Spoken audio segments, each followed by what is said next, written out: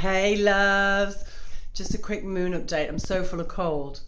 I've been trying to get on and do this for the last couple of days, but it just hasn't happened. And so today it was supposed to happen. Today's Friday, and we've got a full moon coming up on Sunday morning. It's at its fullest at like 20 past 4 in the morning. So she's going to be looking great all weekend as we build up to the solstice.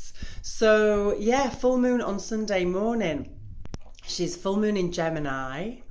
And what do I want to tell you about it? Well, there's something else going on that I want to tell you about as well. And I've seen a lot of people I know starting to talk about the Venus retrograde. Now, I don't know if you guys know about it, but it's pretty big.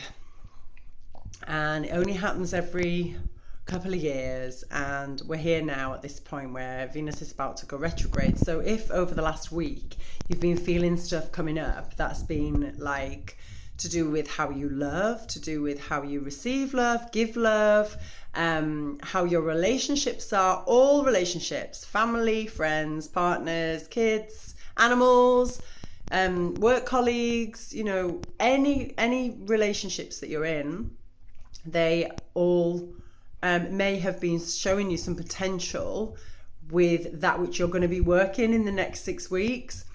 So during a Venus, this is not to do with the moon, by the way, but it's just big. So I wanted to talk about it. So Venus retrograde is basically all of your relationships, how you give and receive love is going to go through an overhaul of some sort. There's going to be like a lift up of that coming to the surface. Because Venus is really, there's some geometry going on with them. I think they're conjunct. I can't remember exactly what the geometry is now, but there's some geometry going on with Venus and Pluto.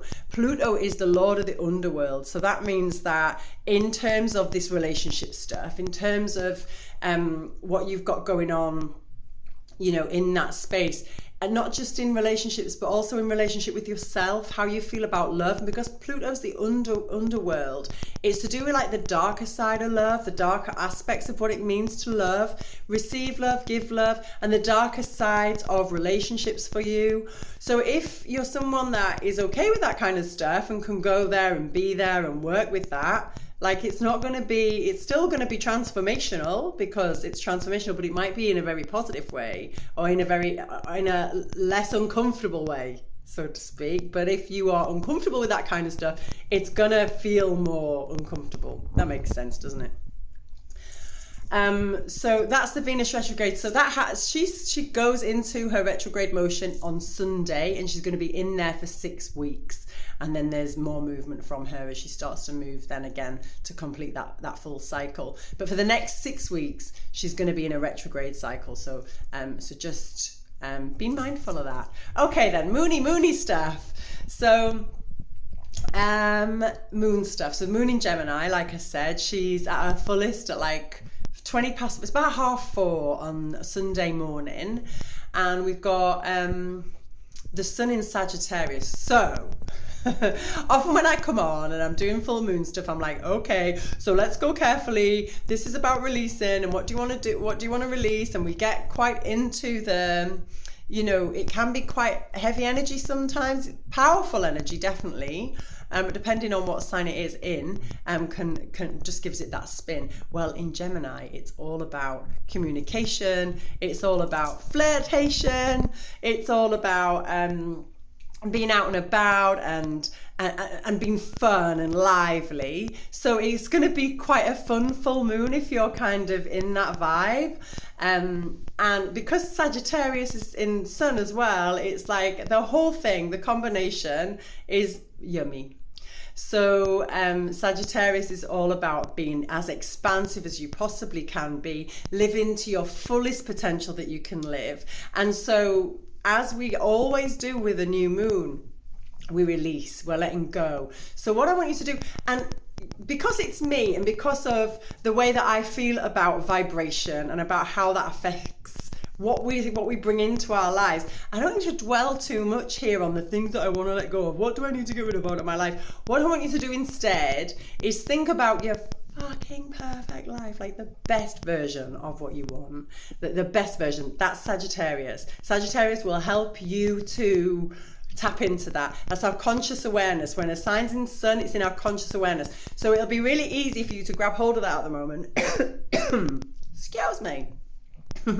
So when and then of course the moon represents our unconscious mind and unconscious stuff that's going on within us.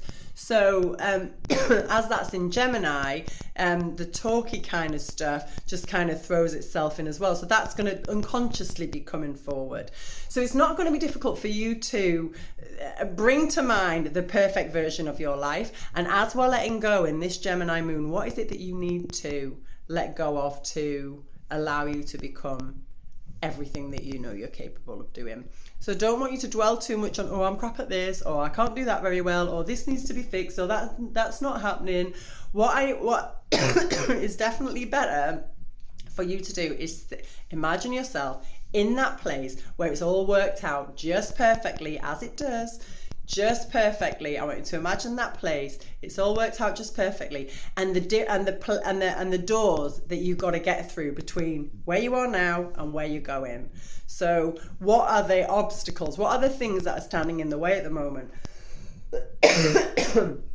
Particularly if any of that is around communication, if any of that, bearing in mind what I've just said about Venus as well, if any of that's about relationships, if any of that is related to any of this sort of underbelly of how you give and receive love, that can be love in the sense of friendship, or it can be, like I said earlier on, but Venus also represents our relationship with money. So it can be that as well. So bring that into mind too. Is there anything in terms of how you're managing your finances that are stopping you from getting from A to B? And then I want you to think about, oh, this isn't working out. Not that. I don't want you to think about, oh, this isn't working out, that's not working out. I want you to think, that's going to work out for me. What do I need to do now? Start taking responsibility for yourself. Like, stick your, like, what's that expression? Stick your thing in the sand and like go from this point forward.